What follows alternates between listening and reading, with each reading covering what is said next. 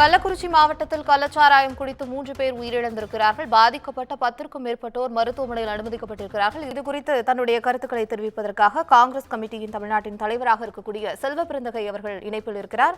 வணக்கம் சார். வணக்கம்.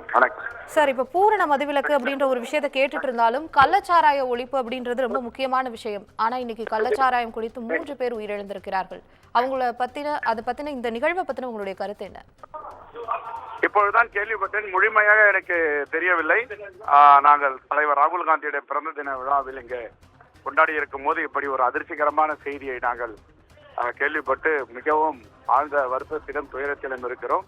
இது வன்மையாக கண்டிக்கத்தக்கது. யார் இந்த குற்ற செயலில் ஈடுபட்டாலும் அவர்களை வன்மையாக கண்டிக்க வேண்டும்.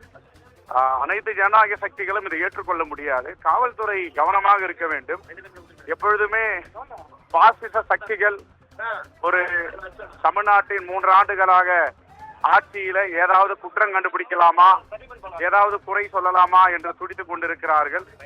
இப்பொழுது இப்படி போன்ற நிகழ்வுகள் எல்லாம் அவர்கள் ஒன்றும் இரண்டமாக பேசுவதற்கு வாய்ப்பு இருக்கிறது. இதற்கெல்லாம் காவல்துறை இடமளிக்க கூடாது. காவல்துறை கண்டிப்போடு இருக்க வேண்டும். எந்த இடத்திலும் இந்த கள்ளச்சாராயம் போன்ற தொழிலில் ஈடுபடுபவர்களை முன்னெச்சரிக்கையாக கைது செய்ய வேண்டும், நடவடிக்கை எடுக்க வேண்டும். இனி வருங்காலங்களில் கள்ளச்சாராயம் இல்லாத தமிழ்நாடு என்ற பெயரை 24 மணி நேரமும் உழைத்துக் கொண்டிருக்கின்ற மாண்பு முதலமைச்சர் அவர்களுக்கு நற்பெயரை காவல்துறை எடுத்து கொடுக்க வேண்டும். இதில் ஈடுபட்ட குற்றவாளிகளை உடனே கைது செய்ய வேண்டும். அந்த காவல்துறை சரகத்தில் எங்கு இது நடைபெற்றதோ அவர்களுடைய கவனமின்மை காரணமாக அவர்கள் மீது ஒழுங்கு நடவடிக்கை எடுக்க வேண்டும்.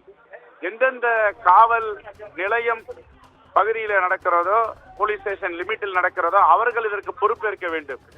அவர்களை மீறி கள்ளச்சாராயம் காய்ச்சுவதற்கு வாய்ப்பில்லை. உளவுத்துறை இருக்கிறது. இதை மீண்டும் கவனமாக கையாள வேண்டும் என்று நான் வருத்தத்தோடு காவல்துறையை கேட்டுக்கொள்கிறேன். உங்களுடைய தகவல்களுக்கு நன்றி செல்வ பிறந்தகை சார்.